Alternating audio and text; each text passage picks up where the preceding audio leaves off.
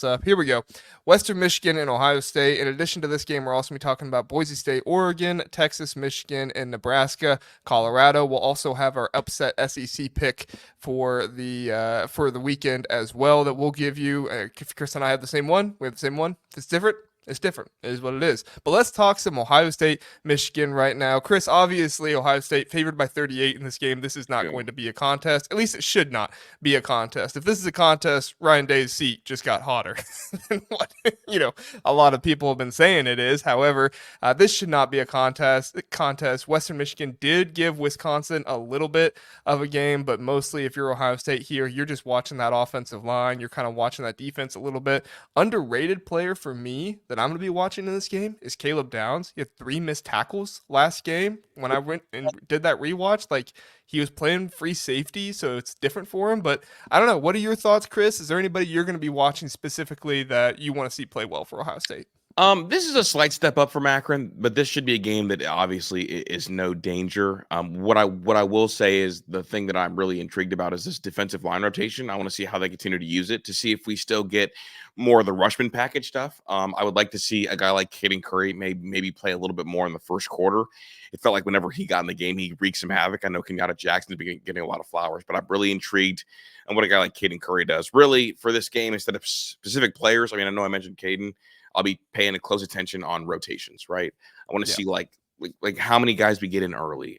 Lorenzo Stiles played really early against Akron. Are we going to see that again?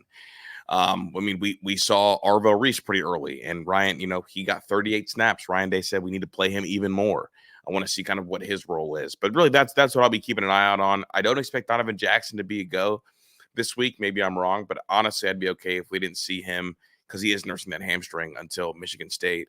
But for me at least, it'll just rotation, and the big one is defensive line rotation, because I think late in the year, those guys being burnt out kind of allowed teams to go on long sustaining drives, and by teams, I mean Michigan. So that'll be the number one thing I'll be keeping an eye out for this week.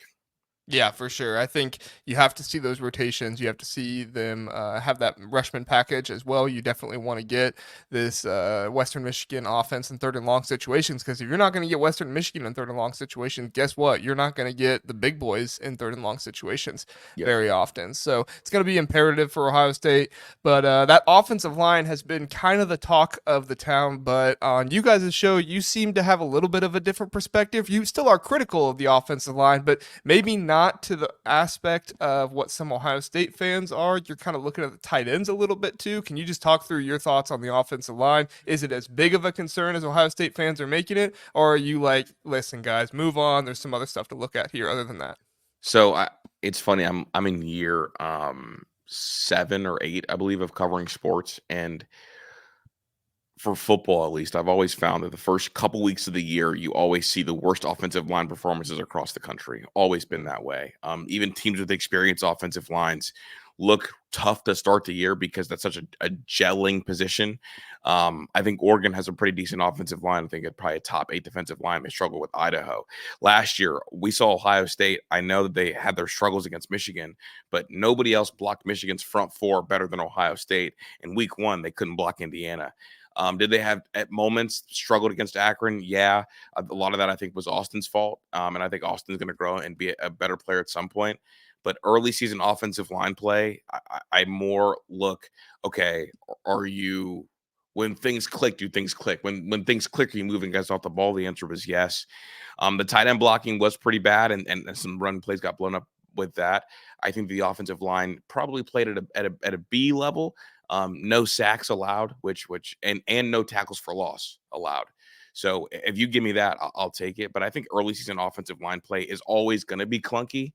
And then you'll see guys gel, but hopefully by week 4. So I'm not super concerned about offensive line yet.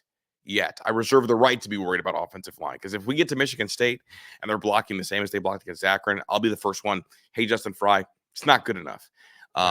Especially because I've been the guy on the front line saying that he can develop. So I will get off that boat if by week 4, by that Michigan State week, by that Iowa week, they haven't progressed at all.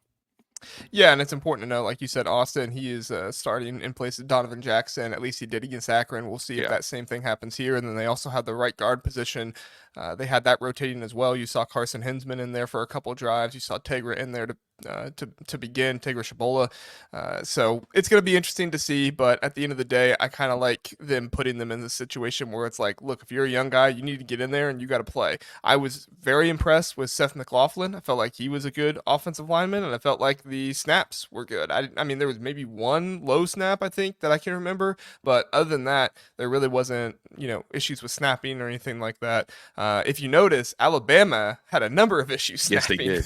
Yes, they did. So, High snaps again. yeah. It went from low to So high.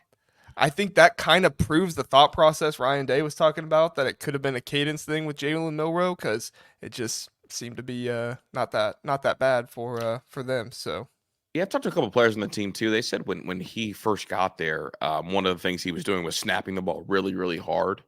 And I think kind of having him know that, look, you can ease up on the snap speed, because we would rather you have a slower snap that hits our guy right in the hands rather than a rocket snap that's liable to go wild.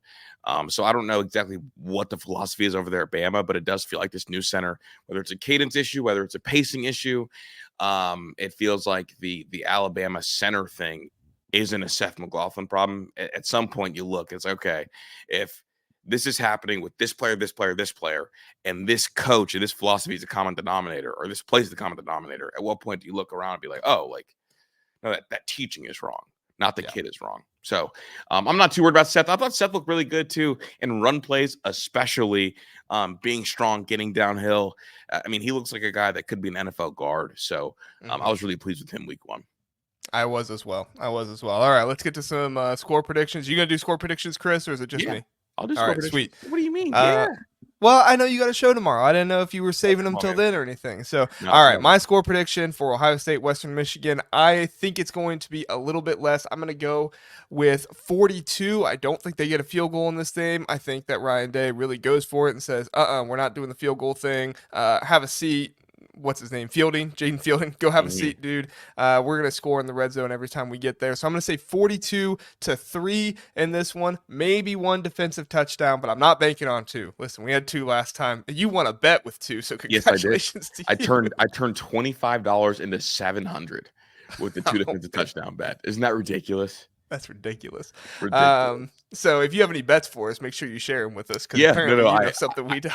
I haven't cooked anything up yet, but that one got so lucky. So JR, it was two defensive touchdowns and over 51.5 points. The Gabe Powers touchdown put them at 51.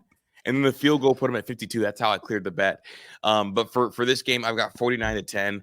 I think Ohio State gets the job done. I don't think they get a defensive touchdown today, but I do think they allow a touchdown maybe late with some of the backups in there. Yeah, that makes sense. All right, good stuff there.